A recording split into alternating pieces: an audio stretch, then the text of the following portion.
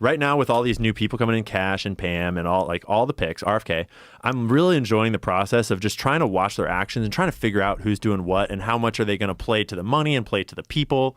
And it's just such a fascinating exercise in journalism of where do you kind of, and how much leeway do you give them? How much grace do you give them?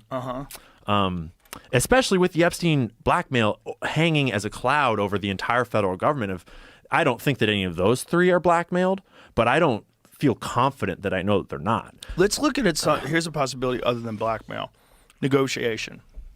Well, that's always a factor. But instead of blackmail, if you are a government and you have information on someone who's an asset or someone who's very wealthy, and this person is like, hey, motherfucker, like, what are you doing? You're at 26 times? Yep. How about you shut the fuck up from here out? Yep. No more Trump's Hitler. Well, that's the Cut it definition of out. blackmail. How about you say that we did a good job every now and again? Yep. Give us a little credit. Yep. Let's work something out here. It's not necessarily blackmail as much as it's negotiation. I would argue that's indistinguishable. Right. Unless you're getting money too. Like, I know. No, blackmail is just I know something that you don't want out. And and any level of threatening that it'll get out, or Okay, but what if it goes the other way? What if the wealthy person contacts them and says, listen, I can make things very good for you. I can do this, I can do that. If I go to jail, this is not helping anybody. Oh, 100%. Yeah, reverse. I mean, that's the opposite. That's bribery, I guess. Kind of. It's just that's deal making. But I think that a lot of Epstein's targets were willing. I think that a lot of them, because I think that we're talking, it's not just Jeffrey Epstein, it's organized crime as a network. Like, he's just an employee of organized crime. Right. And I think that a lot of those people are basically saying, yeah, I want into the club. Because if you are like a Reid Hoffman, or allegedly, if you're one of those guys and you want more contracts or you want more deals, like allegedly. And like, let's be clear, just because I say something on Joe's podcast does not mean that Joe fucking agrees with me, CNN. Thank you. Because like, I'm a crazy fucker. And I got all kinds of theories about Epstein. But like, I think that a lot of them were willing, because I think a lot of them are, I mean, if you're sick enough to rape a child, like on Jeffrey Epstein's island, you're sick enough to want into that club. Well, for sure, throughout history, there have been pedophiles. That's a fact. For sure, some pedophiles get to prominent positions of power. That's a fact, right? Yep. And the Jimmy Savile, the traits that do the same, like Jimmy Savile in fucking England, like that way. And that should put it out to bed for anybody. Prince Andrew, Bill Sandusky, Gates, allegedly. I don't know about him. I never heard that. But the Sandusky, I've heard. You never heard about Bill Gates? I didn't know he was into kids. Oh, dude. I mean, he's one of Epstein's closest confidants. And here's the thing about the Epstein thing.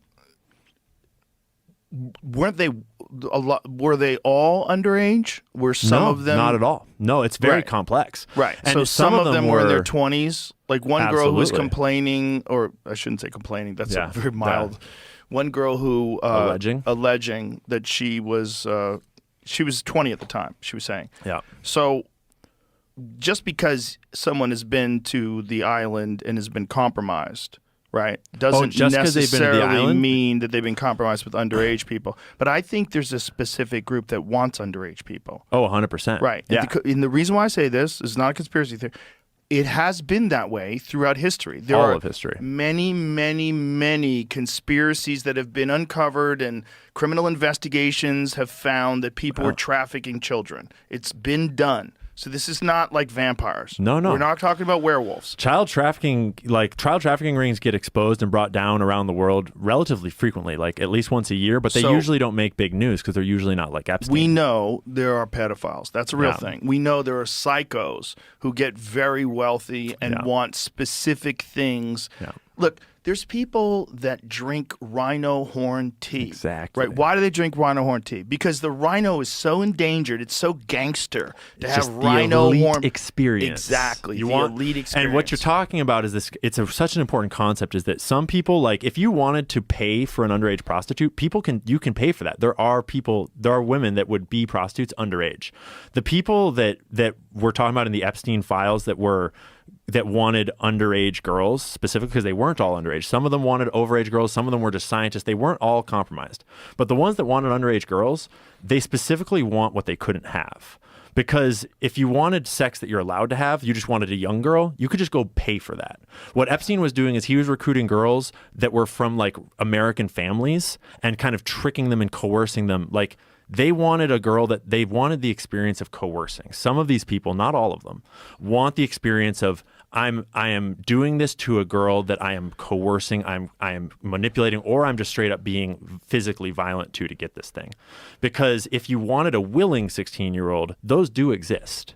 But the thing about these really wealthy, high-profile people, and Eric Weinstein was highlighting this to me once. He was saying, "Smart dude, I like very him. smart dude." Yeah. And he wasn't making any accusations at all, but he was just talking overall. He goes, I think there are people out there that can facilitate experiences for discreet clients, and that it's very valuable. Yeah. Like, look at the guy who gave Epstein that house in Manhattan. He gave him You mean the Leslie guy from, Wexner? Yeah, the guy from Victoria's Secret. Dude. He gave him a $60 million mansion. He did way more than that. He signed his entire power of attorney to him. You're so cool. I'm going to give you a house. No, he gave him the keys to the entire castle of all of Victoria's Secret and Abercrombie and Fitch and all of L Brands.